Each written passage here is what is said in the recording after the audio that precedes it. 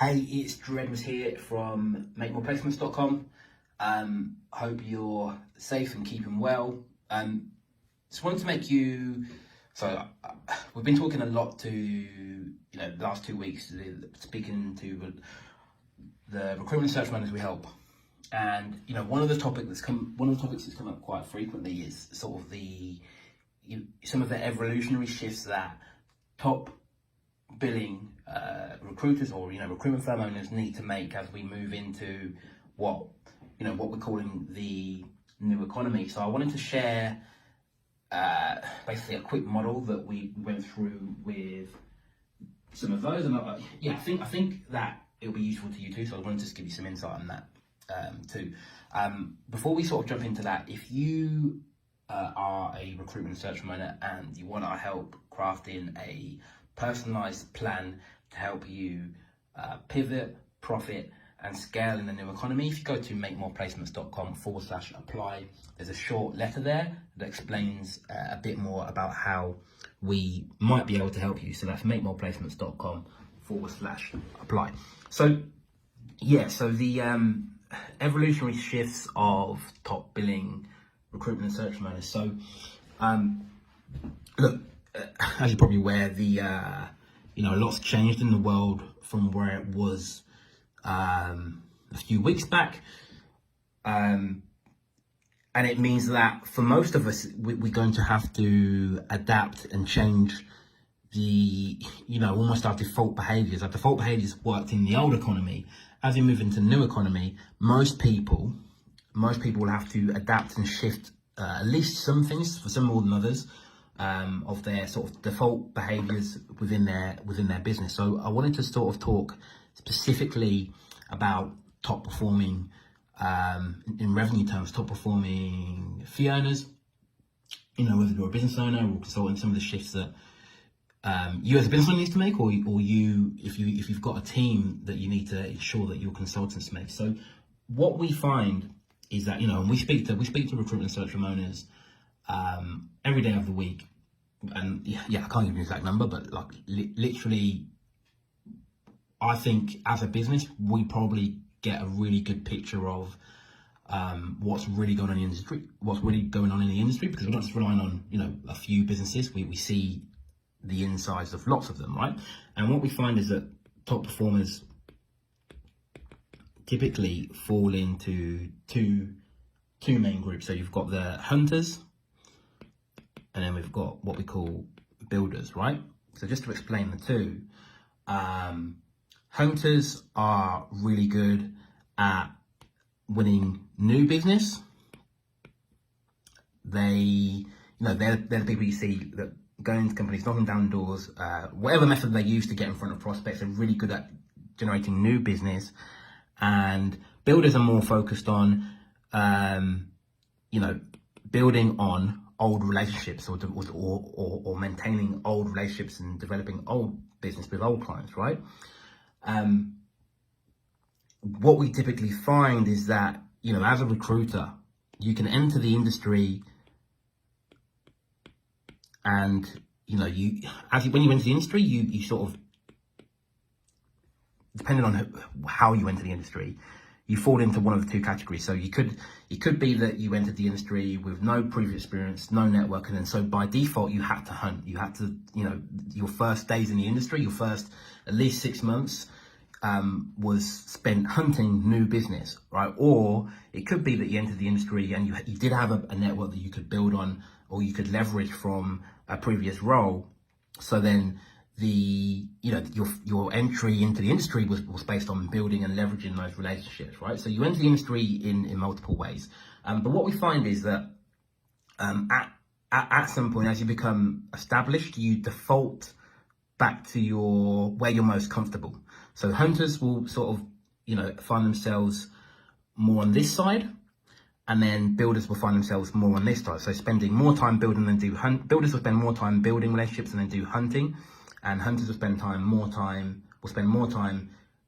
winning new business and then do maintaining old relationships that they've built. And if you sort of if you're unsure where you are in this, if you look at an average day in your business and the conversations that you're having, whether that's online via messenger or email, or it's actually on the phone, or meeting people not face to face now, but speaking to people either over the phone or online.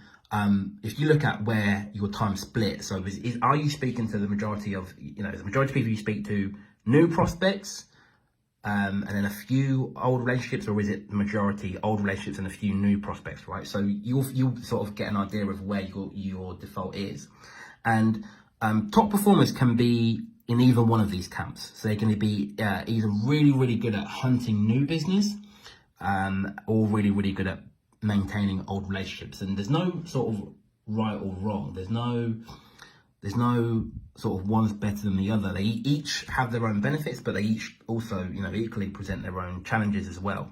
So what we find is that builders, they perhaps work with a handful of clients, right? So in the most extreme cases, it's just one client or two clients, and they get all their business from that client, but typically it's just a handful of clients who they've built really good relationships. These clients really trust them, and over the years, those clients have been worth a lot of money to these fee earners. And as long as the client is still hiring, they will always pick this particular recruiter, because they've built that relationship. They're really good at building the relationship. What we find is when the market's doing well, this is when this type of recruiter does really well, because as long as that client is expanding, as long as that client is hiring, they're always going to win the business off that client. The only problems come when it's a contracting market, right? So what we're seeing now, we're speaking to a lot of recruiters who were top performers, have been top performers over the last sort of 5 years or so. But what they're seeing is the handful of clients they had to put things on hold or had to pull back a bit, and it's obviously really affecting their billings, right? Because they've sort of defaulted into their mean, which is building, and they've sort of let their skills slip, or can't remember how to, or a bit rusty at winning new business. And so the old business that they had, or the relationship they had, have all of a sudden the immediate value has decreased, and so their revenue has decreased as well, because these people have put things on hold, right? On the other end of the scale, we've got hunters who they, like I said before, they're really, really good at winning new business. So these people, like, they're, again, I don't want to sort of stereotype personality types, but typically more extroverted, or at least can behave extroverted, even if it's not their natural state.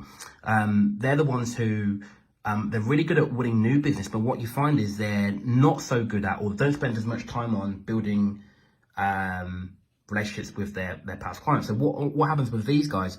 Hunters tend to get up and running a lot quicker. They tend to get results a lot quicker in terms of going from zero.